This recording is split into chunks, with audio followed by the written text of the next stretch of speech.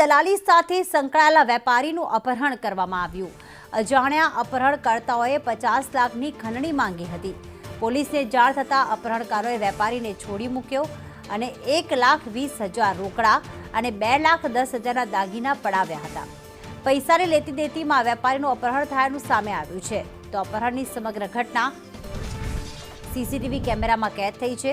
આ વેપારીનું અપહરણ કરવામાં આવ્યું અને 50 લાખની ખંડણી માંગવામાં આવી, પરંતુ પોલીસને જાણ થતાં જે વેપારી છે તેને અપહરણકર્તાએ છોડી મૂક્યો હતો।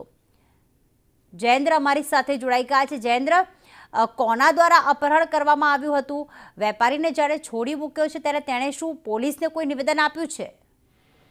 જી બિલકુલ પ્રીતિ, જે પ્રકારે વાત કરવામાં આવે છે, વેસુ વિસ્તારમાં રહેતા રોહિતભાઈ જો કાપડ દલાલી સાથે સંકળાયેલા તેઓ મુંબઈ અર્થે ખાનગી હોટલમાં રોકાયા હતા। ત્યાં કેટલાક અજાણ્યા શખ્સો દ્વારા તેમનું અપહરણ કરવામાં આવ્યું હતું। ત્યાં તેમની પત્ની પર હાજર હતી ત્યારે અપહરણ કરી જ્યારે લઈ જવામાં આવ્યા હતા ત્યારે તેમની પત્ની પાસેથી રૂપિયા 2.10 લાખના દાગીના પણ તેમની પાસેથી લઈ લેવામાં આવ્યા હતા। તે ઉપરાંત તેમને ખાનગી જગ્યા ફાર્મ ઉપર લઈ જવામાં આવ્યું હતું, પરંતુ પત્નીએ તાત્કાલિક પોલીસને જાણ કરતા અપહરણકર્તાઓને પણ પોલીસની ગંધ આવી જતા પોલીસે તાત્કાલિક કાર્યવાહી શરૂ કરી હતી। ત્યારે બીજી બાજુ અપહરણકર્તાઓએ પણ વેપારીને સ્થાનિક અન્ય જગ્યા પર લઈ જઈને છોડી મૂક્યો હતો। તે ઉપરાંત વેપારી પાસે રહેલ રૂપિયા 1,20,000 પણ તેમની પાસેથી લઈ લેવામાં આવ્યા હતા। ત્યારે સમગ્ર જે ઘટના છે તે અપહરણની સીસીટીવી ફૂટેજમાં પણ કેદ થવા પામી હતી। સીસીટીવી ફૂટેજમાં સ્પષ્ટપણે જોઈ શકાય છે કેટલાક લોકો આવે છે અને વેપારીને જબરજસ્તી ગાડીમાં બેસીને લઈ જતા જોવા મળી રહ્યા છે। ત્યાં બીજી બાજુ એક જ્યારે ખંડરી બાબત જ્યારે ગણના લેવામાં આવ્યા છે તેનો પણ વિડીયો સામે આવ્યો છે। વ્યક્તિ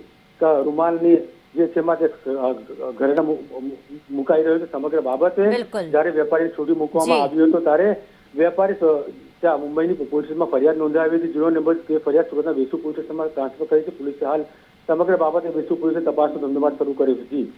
આભાર જયેન્દ્ર તમામ વિગતો માટે।